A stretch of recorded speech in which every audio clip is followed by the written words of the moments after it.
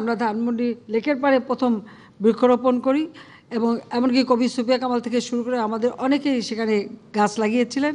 সেই থেকে আমাদের যাত্রা শুরু। আমরা সেই 84 সাল থেকে বৃক্ষরোপণ কর্মসূচি পালন করি।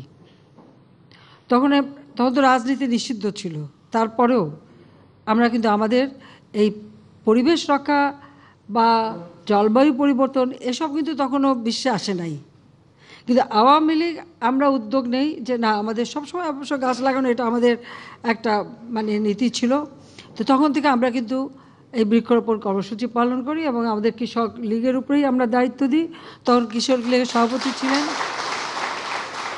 আমরা রহমত আলী সাহেব, তাকে দায়িত্ব দেওয়া হয়। আপনার মনে আছে আমরা ধানমন্ডি লেকের পাড়ে প্রথম বৃক্ষরোপণ করি এবং এমনকি কবি সুফিয়া কামাল থেকে শুরু করে আমাদের অনেকেই সেখানে গাছ লাগিয়েছিলেন।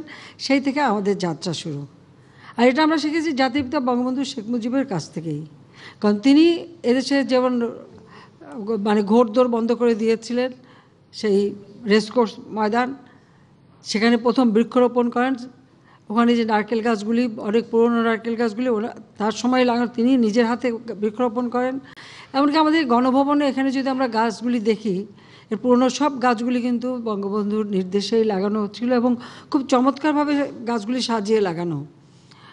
তো আমরা আওয়ামী লীগই বোধ হয় এই, আমি জানি না এই উপমহাদেশে কেন, পৃথিবীর যে কোনো দেশের যে কোনো দলের কর্মসূচিতে যদি দেখবেন যে ঠিক পরিবেশ রক্ষার জন্য বৃক্ষরোপণ, এটা কিন্তু আওয়ামী লীগই শুরু করে। জাতির পিতা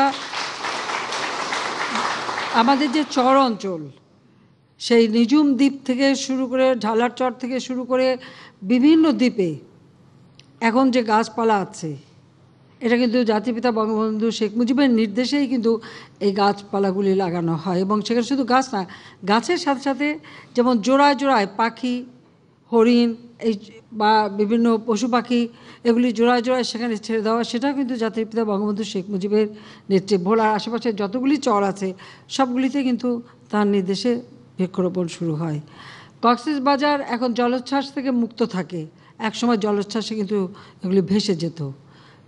সামনে যে বিশাল ঝাউবনটা, এটাও কিন্তু বঙ্গবন্ধু শেখ মুজিবের নির্দেশেই তিনি করেছিলেন। তারই পদাঙ্ক অনুসরণ করে আমরা সরকার আসেন। আমরা আওয়ামী লীগ যখন বিরোধী দল কি, তখন তো পার্লামেন্টও ছিল না, তখন থেকেই কিন্তু আমরা এই বৃক্ষরোপণ কর্মসূচি বাস্তবায়ন করে যাচ্ছি। কারণ আমরা তখন তো বিশ্বেও ওই পরিবেশের কথা আসেনি, কিন্তু আমরা আমাদের নিজের উদ্যোগে করি এবং তখন আমাদের নির্দেশ ছিল প্রত্যেকটা কর্মীকে যে অন্তত 3টা করে গাছ সবাই লাগাবে, একটা বনজ, একটা ফলজ, একটা ভেষজ। আমরা কিন্তু সেইভাবেই গাছ লাগাই এবং এতে আমরা যে কৃষকদের বা সাধারণ মানুষকে যে উৎসাহিত করি, তাতে তারাও কিন্তু লাভবান হন।